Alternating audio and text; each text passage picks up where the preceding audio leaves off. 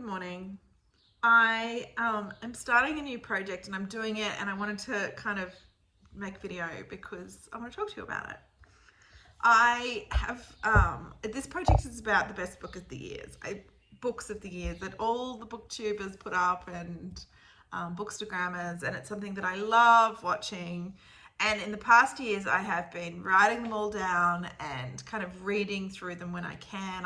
Years ago, I had this kind of like booktube Tinder project where it was like, which booktuber am I most compatible with? And I love doing all that. And so I kind of wanted to resurrect it in a way that was a bit more sustainable, or that flowed a bit more for me. So I made a spreadsheet. I found a spreadsheet in the back of my laptop, which I must have made a while ago, which has all the best of lists.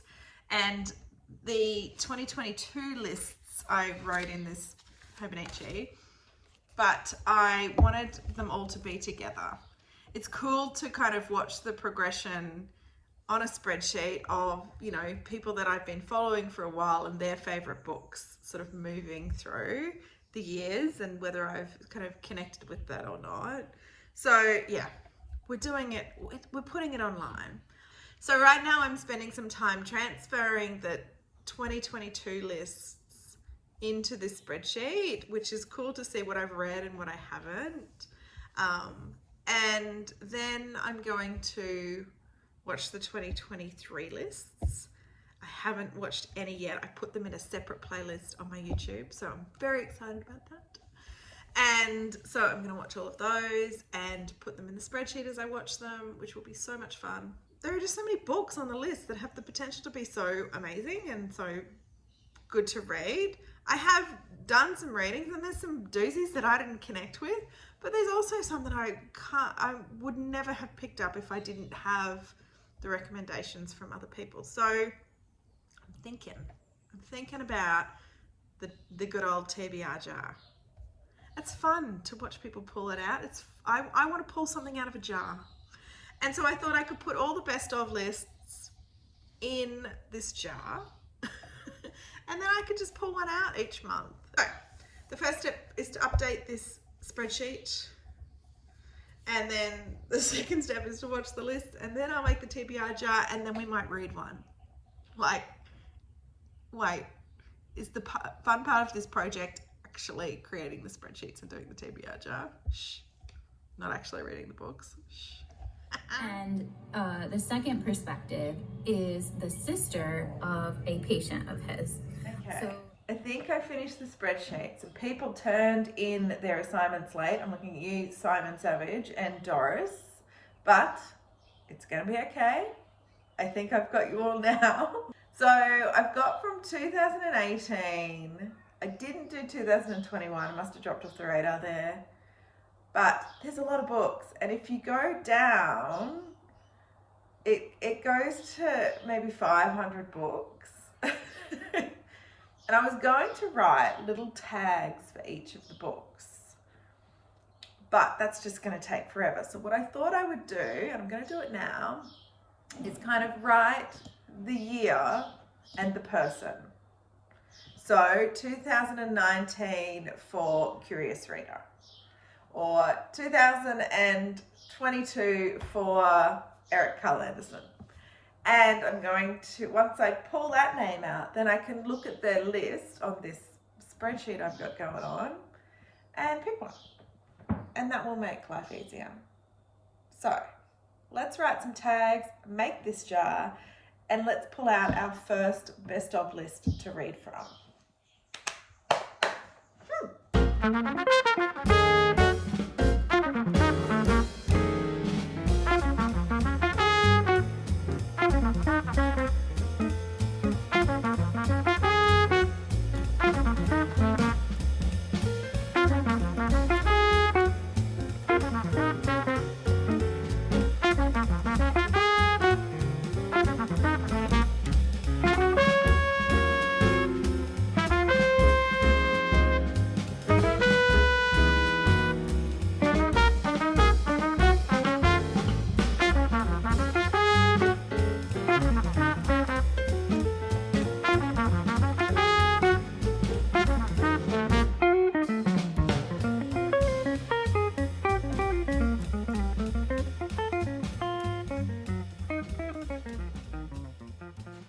did it.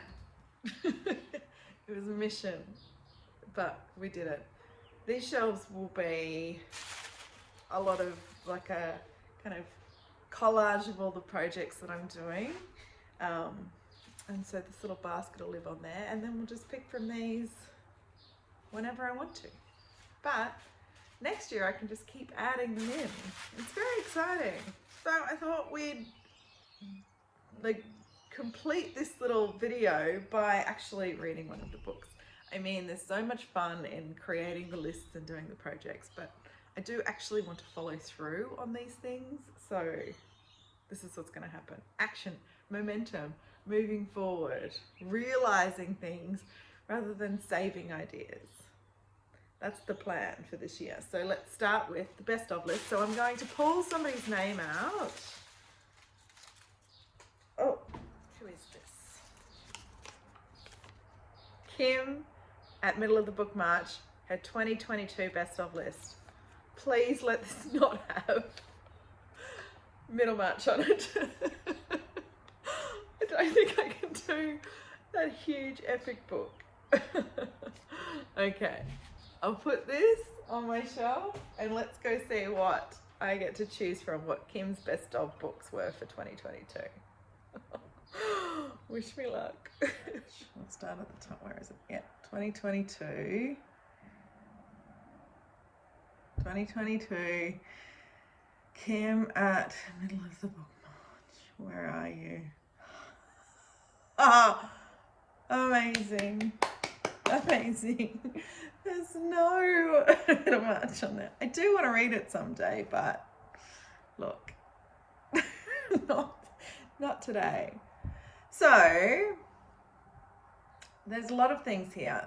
All of this stuff will be determined by what I want to read, obviously, but also what I can get. And yeah, let me do some research, see what I can get, what I desire to read. Looks like some cool things on there. And then I will let you know what I'll be reading.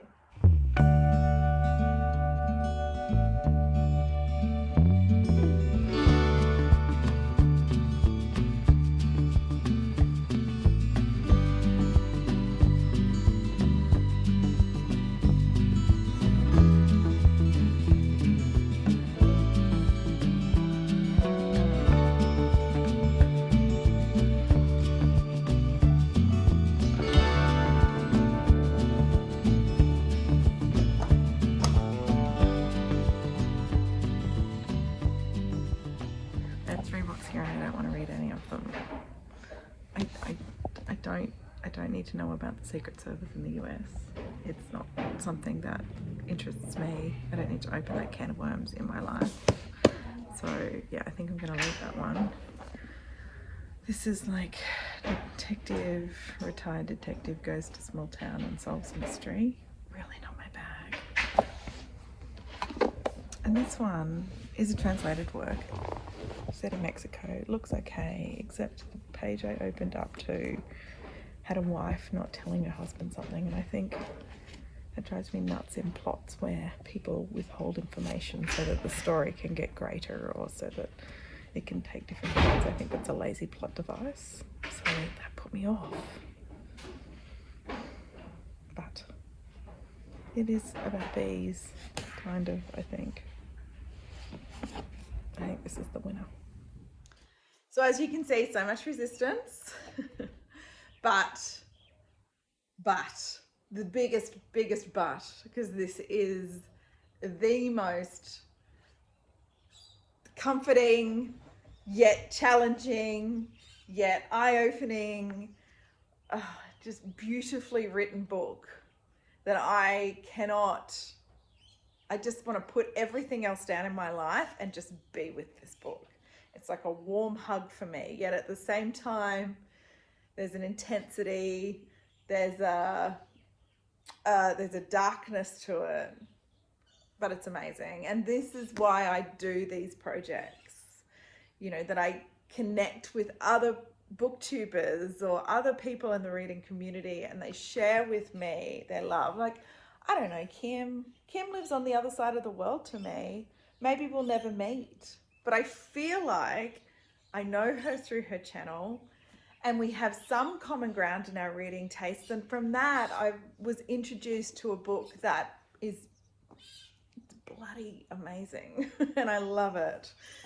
I would never, this blurb does not do this book justice. I would never have picked this book up if it weren't for Kim showing it to me. And then, you know, I love bees. So I just thought, gosh, I'll just, you know, take a leap of faith here. It's told from a narrator who we don't yet know. It's the son of this family. And this is a wealthy family in Mexico during a civil war, during the Spanish flu pandemic. They found a child, and this child is mute, can't speak. I think it's cleft palate, maybe. Anyway, doesn't matter.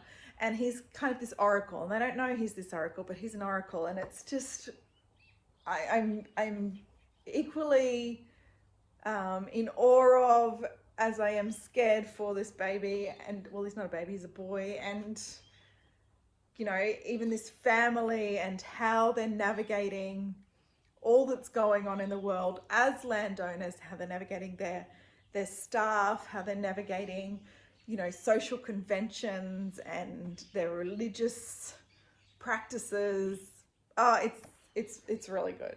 So that's what I'm reading at the moment, and I just wanted to kind of show you an update. I filmed that so long ago, and it took me ages to pick this up. I was like, oh God, do I have to, you know, that kind of, it's just sitting there. And because it's a library book, I was, yeah, I got to get it back to the library kind of thing. I'm just so grateful to Kim for putting this on my radar. And yeah, even though I'm halfway through, there's no way I can't love it. It's so well done. It's so well done. So yeah.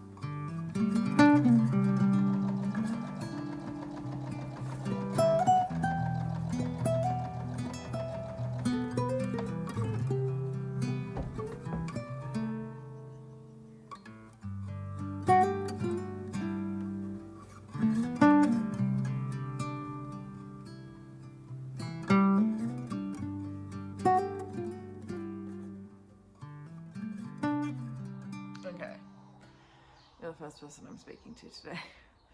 Today is Tuesday, and I am determined to finish this book today. I was up in the middle of the night reading it. Now I've woken up early, and I'm like, right, let's get it done. I am, I don't know, 90 pages from the end, maybe? No, I'm not. I'm 120 pages from the end. It's not that I don't love it and adore it. It's just that it's been hanging around for a long time. And today is the 27th of February. It's my wedding anniversary today. There you go. When I said the date out of loud, I realise that. Been married for 15 years today. That blows my mind. I do not feel old enough to have been married for 15 years. Anyway. Wow. Okay. Well, I'm not going to do anything with my husband today. I'm going to read. That's what I'm going to do for my wedding anniversary. Anyway, the point is, this is getting finished today. And this vlog is getting finished today. It is suspenseful. And I'm in the part of the book that is... the way that this book is told, the storyline of it all, it spans over many years, but it's such a clever way to... and I can't even tell you how that is. The chapters are from different points of view, and those people kind of recount things that we heard in the last chapter and their perspective of it. It's I don't know, somebody who is far more versed in the skills of writing a novel would understand what this is. But for me, as just a reader, I am loving the style that it's being told, because it's not so rigid as one year after the other, and it's not so fast that I can't sink into people's perspectives around it. The different chapters from different perspectives is very good. And the part of the book that is extremely suspenseful and something's about to go down or something has gone down and it's really going to upset me. So I probably need a cup of tea for this process. Anyway, wish me luck for getting some reading in before a child walks through that door there. I have to go to work. I'll let you know.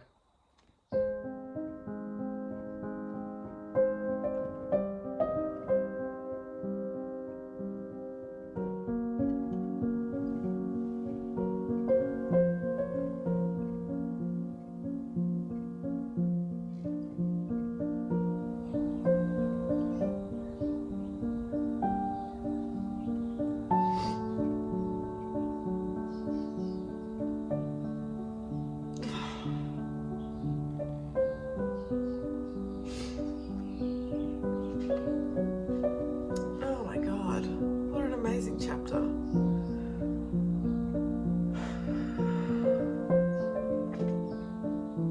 So well written.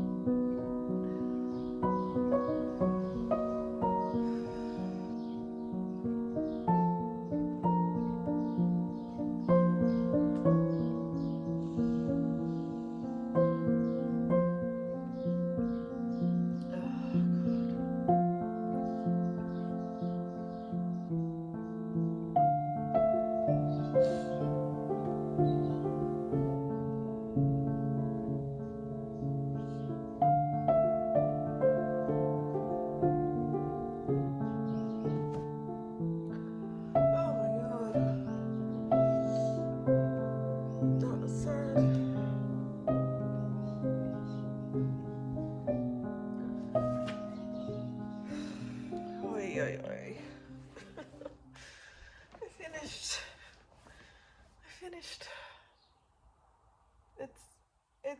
It's beautiful. It's heartbreaking. It's so incredibly well written and so incredibly well translated. The reading of this book all started out from me choosing this from a basket of best of lists. And to Kim, I will be eternally grateful that I got to spend time in these pages. Without her, I never would have done it. I nearly didn't do it.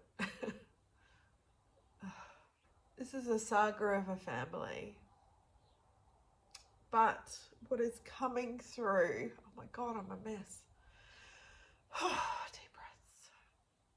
what is coming through so strongly at the end is this connection to land and connection to greater cycles and systems on earth that we as humans try to control, but will never be defeated. They're so much more powerful than us. This is focused on this power of the bees and the connection that one little boy has with these bees, how they protect him, how they speak to him, how he learns their language, and what power that gives to him. It's the power of prediction in this book. Of course, it's fictional, but I'm really taking that on as this message of when you connect with the cycles of nature and things that have naturally been in our environment for so long, there's so much power in them. And then through the narrator, and I'm not, the narrator is the young boy of this family, this landowning family in Mexico. And the ending reaffirms his ignorance when it comes to the power of the land that he grew up on, and how he got lost in, I just don't want to give too much away, but how he got lost in the attainment of things and, the way that we're supposed to live our lives. And the power in his body came back through the land that he grew up on. I don't know whether anybody else thinks about that or resonates with that. I know that whenever I go back to where I grew up, I feel that intensity of the familiarity. But if I listen, I'm sure there's more beyond that. And if I stop trying to control it and move with the seasonal ebbs and flows of the land, so much I can gain from that. Please read this book. Kim from the middle of the book march told me to do it, and I'm so glad I heeded her call. It is incredibly powerful. It's landed for me in a really deep place, but also an incredibly engaging, suspenseful story written perfectly. This is historical fiction at its best for me. The writing was beautiful, but it was set in a time and a place in Mexico that I didn't know about. The author's note at the back says she's taken some historical liberties to enhance the fictional story, but at least it's opened my eyes to civil war that happened in the early 1900s in Mexico, the reform that went on around the banning of Catholicism in a place that I associate very strongly with that religion. So that opened up some rabbit holes in investigation for me, which is always perfect in a historical fiction novel. I absolutely love that about reading. To me, this is nothing less than a 5-star book. This is why I read these best of lists and the recommendations of other booktubers that I love. I'm so grateful for that. I am going to be thinking about this for a long time. What a great book. And I did it all before I have to go to work, all with the interruptions of ironing uniforms and looking for swimming togs. I love where reading takes me. I love the questions it asks of me. This is why I read. And this is why I'm part of this community. I feel so fulfilled right now. Okay, I'm gonna go. I'll see you in the next vlog.